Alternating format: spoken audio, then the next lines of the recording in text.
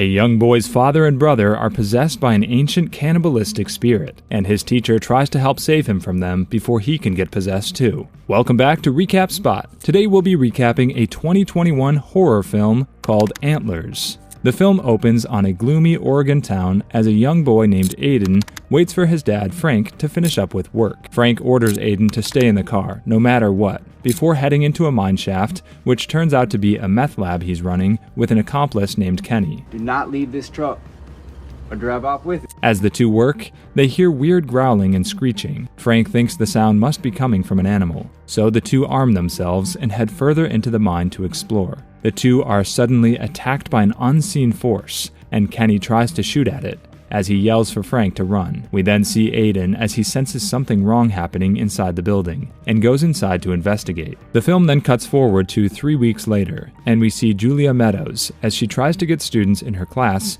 to name a myth or fable. She asks Lucas, Aiden's older brother, if he would like to give an example, but he just shakes his head. A fable or a myth? Lucas is awkward and uncomfortable because he's being bullied by a classmate named Clint. The bell rings and Lucas heads out to grab his bag, where he finds a creepy sock monkey that was put into his backpack by Clint. Lucas wanders throughout the town after school before killing a skunk with a stone. He brings the dead skunk home and approaches a worn door with a lot of locks. Lucas is obviously nervous and hesitates before eventually beginning to undo the locks on the door. The film then cuts to Julia as she checks out at the grocery store and has to fight off the urge to buy some alcohol because she's a recovering alcoholic. She eventually heads back to the childhood home she shares with her brother Paul. That was cool. And she messes with a piano that reminds her of her abusive father. Paul then shows up and asks her if she wants him to move the piano out of the house, but she tells him no. Paul heads upstairs after a tense and awkward conversation with his sister, and Julia begins taking down some of the family pictures on the wall. We cut back to Lucas and see him staring at a family photo. He then pulls out the sock monkey from the bullies and aggressively cuts its head off. He then suddenly hears the sounds of footsteps running upstairs and approaching the locked door. Frank's voice calls out to him from the other side of the door, and we hear him loudly banging on the door as Lucas looks frightened. Frank and Aiden are both behind the locked door, but it won't be long until they aren't themselves anymore. The next morning, Julia heads to school after a tense morning conversation with her brother. I wish you wouldn't have run, Paul. You didn't have to.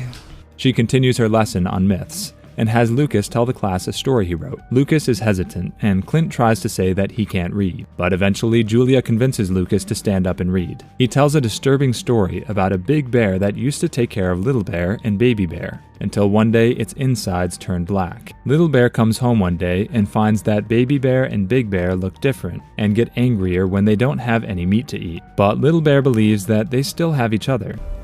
It's very good, Lucas.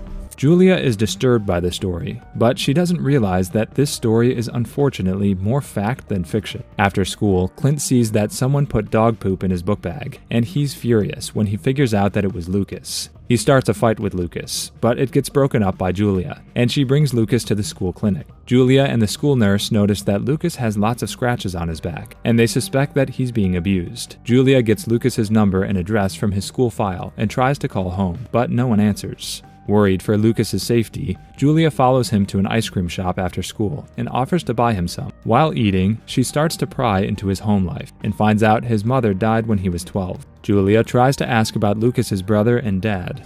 Does your dad teach him at home? But Lucas suddenly says he has to go and asks her not to follow him. As he walks home, Lucas makes a detour to go find animal carcasses that he can bring home to his father and brother. Meanwhile, Julia drives to Lucas's house in order to confront his dad. When she arrives there, the front door is unlocked, and she hears vicious growling coming from inside the house. Terrified by the noise, Julia hurries back to her car and leaves. Back at home, Julia reconnects pieces of one of Lucas's drawings she found ripped up. Paul returns home and comments on how creepy the drawing is. Hoping to ease some of the tension between them, Julia tells Paul that he has every right to resent her for leaving him when they were younger. I've spent my entire life praying you'd come back. hinting at the fact that Julia ran away from home and left Paul to deal with their abusive father by himself. The film cuts back to Lucas as he cuts up the dead animal he found and puts it on a tray. He brings it into the locked room and leaves it on the floor, where his mangy and feral father begins eagerly devouring it. The last shreds of Frank's humanity still want to protect his son, so he brings the food to the back of the room and tells Lucas to leave. Lucas gives some smaller pieces to his brother, who still seems mostly human and in control of himself, before he leaves and relocks the door. Back with Julia, we see her playing the piano as she remembers her father's abuse. Paul comes in and she asks him about Frank, because she suspects he's abusing Lucas. Do you know Frank Weaver? Paul knows Frank because he's a drug addict, but social workers won't take his kids from him because their mom is dead, and no one else would be able to take care of them. Julia mentions that she went to Frank's house, and Paul is furious because Frank is a dangerous man who could have hurt Julia. Speaking of Frank's home, we see Lucas drawing disturbing images when his brother calls for him through the door and asks for more food. Lucas ignores his brother by putting on some headphones and clutching a doll. The next day, Lucas is setting animal traps when he notices a man named Warren Stokes, who has just stumbled across the half-eaten body of Kenny. At the school, Julia goes through Lucas's desk and finds books on animal trapping, dangerous spirits, and more disturbing drawings. She brings these to Ellen, the principal, and begs her to go investigate. But all Ellen says is that she'll reach out to Frank the next chance she gets. That is a cry for help. Julia heads to the grocery store and runs into her brother as he's talking to Warren. Paul tells Julia that a half-eaten body was found in the woods, with parts of the body being found in the meth lab in the mines. Paul goes to the coroner to see the body, and they suspect that a bear or cougar must have killed him. However, the coroner notes that the teeth marks on the body most closely resemble a human. They seem human. Meanwhile, Lucas checks on Aiden and gives him snacks. Suddenly, Aiden begins to spit up and cry blood as their father growls in the background. Freaked out, Lucas hurries out of the room. Ellen goes to Lucas's house to try and talk to him, like she told Julia she would. She enters the house through the back door and finds that it's in complete disarray. She then goes through the locked door and is horrified by the blood everywhere. Ellen hurries up the stairs when she hears Aiden cry out and tries to check on him, but Frank tracks her from behind and begins to devour her. He then begins to transform, and antlers burst out of his mouth, tearing him apart. We then see Paul at the crime scene in the mine, where he finds a broken antler and some bags hanging from the ceiling. Paul and his team suddenly leave when they get a call about a missing person. Later, Lucas is walking home from school when he hears a shriek from the woods. He investigates and finds Clint, who wants to beat him up again. Just as Clint gets ready to attack him, a creature covered in antlers shows up and kills Clint while Lucas runs away. When Lucas gets home, he sees Ellen's car and runs upstairs, only to find that the window is shattered and his dad and brother are both missing. Lucas then begins to try and cover everything up by scrubbing the blood and covering the car. Paul tells Julia about Ellen missing. Yesterday. And she tells him that Ellen was going to try and talk to Frank. Paul and his partner Daniel go to Frank's house, but assume no one is home after no one answers the door. Paul heads to the school the next day because Clint is now missing, but he assumes all of the disappearances are a coincidence. Julia knows Frank is involved and drives back to his house, where she finds the principal's car covered up. Soon after, the police investigate the house and find Ellen's body. They also see another body that seems to have been ripped from the inside out, and they assume that it's Frank's. Looks like something just burst out of him. Lucas arrives home as the police are investigating, and Julia grabs him and brings him to the hospital. The doctor tells her and Paul that Lucas is dehydrated, malnourished, and was definitely abused. Julia decides she wants to take care of Lucas, despite Paul's protests. While laying in the hospital, Lucas thinks about the day his dad and brother returned home infected with the spirit. It's revealed that Frank knew something was wrong with him and put all of the locks on the door, telling his sons not to open it no matter what. No matter what I do, you don't open that door.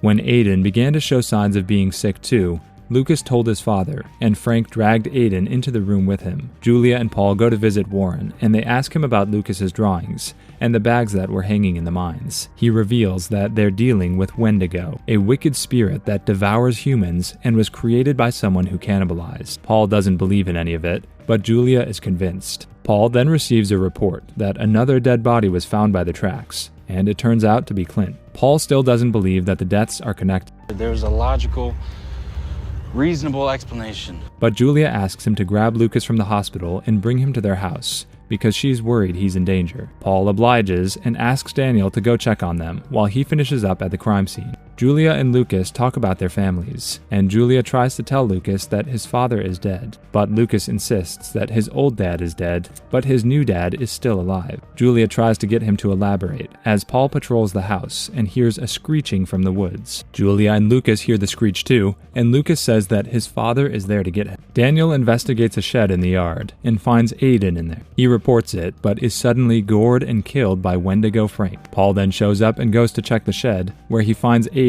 and his dead partner. The Wendigo attacks Paul, but he manages to survive. Julia tells Lucas as she watches her brothers attack through the window, but Lucas runs out of the house and heads towards the mine. Julia runs out of the house to check on her brother and finds him unconscious. She drags him into his car and drives to the mine to save Lucas. I have to move you. She goes into the mine, where she finds Lucas and Aiden watching as Frank devours a bear. Lucas tells her to leave, but she instead fights Wendigo Frank and is eventually able to kill him. Unfortunately, the spirit of the Wendigo then passes into Aiden, and she is forced to kill him as he begins to transform. The film then cuts forward, and we see Julia and Paul watching Lucas as he plays on the shore. Julia decides to keep Lucas, while Paul questions if she'll be able to kill him if he turns out to be a Wendigo too. But Julia doesn't care and begins to walk home with Lucas. Paul turns to join them, but ends up coughing up some blood, revealing that he has now been possessed by the spirit of the Wendigo. Click one of the videos on screen right now.